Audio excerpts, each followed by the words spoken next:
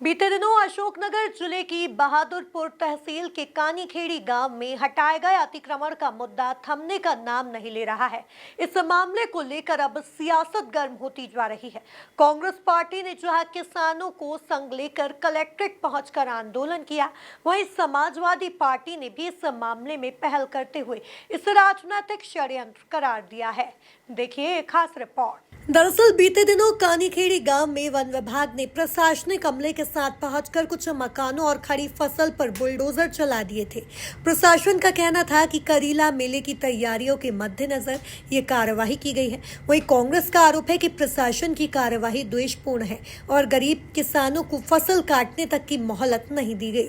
इस मामले में कांग्रेस पार्टी ने प्रशासन को ज्ञापन देकर 7 दिनों में कार्यवाही की मांग की है। वहीं इस मामले में समाजवादी पार्टी के नेताओं ने आगे आते हुए इस कार्यवाही को राजनीतिक षड्यंत्र करार दिया है। देखिए, जो कार्यवाही की गई है, सबसे पहले तो मैं आपको बता दूं, ये कार्यवाही बदले की भावना से, राजनीतिक षड्यंत्र से की गई।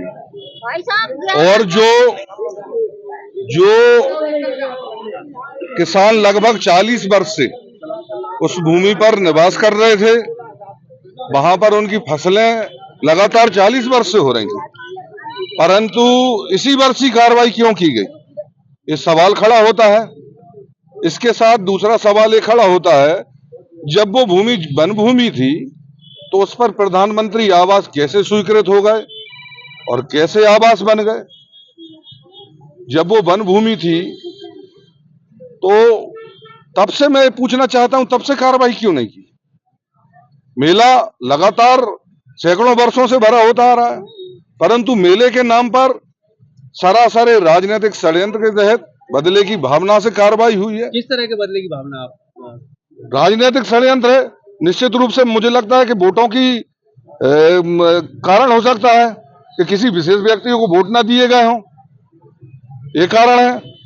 और दूसरा, हमारी जो फसल थी वो लगभग 8 दिन में आने वाली थी, परंतु मेले को लगभग 1.25 महीने 1 महीने से अधिक का समय, और प्रशासन चाहता तो उनको काटने का बोल सकते थे। 8 दिन बस में फसल कट जाती, 8 से 10 दिन में पूरी फसल कट जाती, कुछ भी नहीं बचता। और हम पिछले वर्षों से देखते आए हैं कि जब तक मेला आता है तब तक लगभग खेत खाली हो जाता है। पूरा का पूरा गांव यहाँ आया हुआ है, जिनका नुकसान कर दिया है सरकार ने। आप ये समझिए कि कितनी बुरी तरीके से वहां पर वो रो रहे थे, एक लगा रहे थे, भीख मांग रहे थे और कह रहे थे कि हमें फसल काट लेने दो।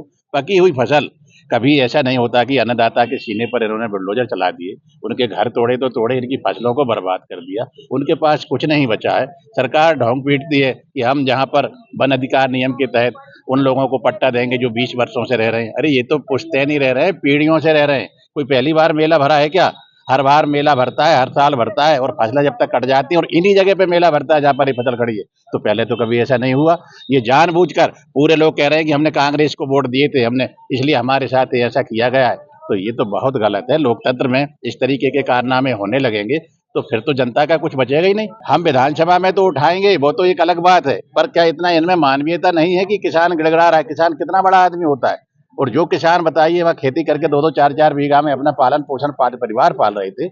ये अन्याय ईश्वर भी देखता है, एक बहुत बड़ी अदालत है ऊपर, वो बचेंगे नहीं इस तरीके के करने वाले। मानवीय आधार होना चाहिए। बहुत गलत काम हुआ, हम इसका विरोध करते हैं और आगे भी करेंगे। और अगर किसानों के साथ न्याय नहीं किया 7 दिन में, तो जैसे हमारे यादवेंद्र भैया ने कहा है, हम फिर दोबारा से आंदोलन करेंगे और अनिश्चितकालीन आंदोलन करेंगे और किसानों को।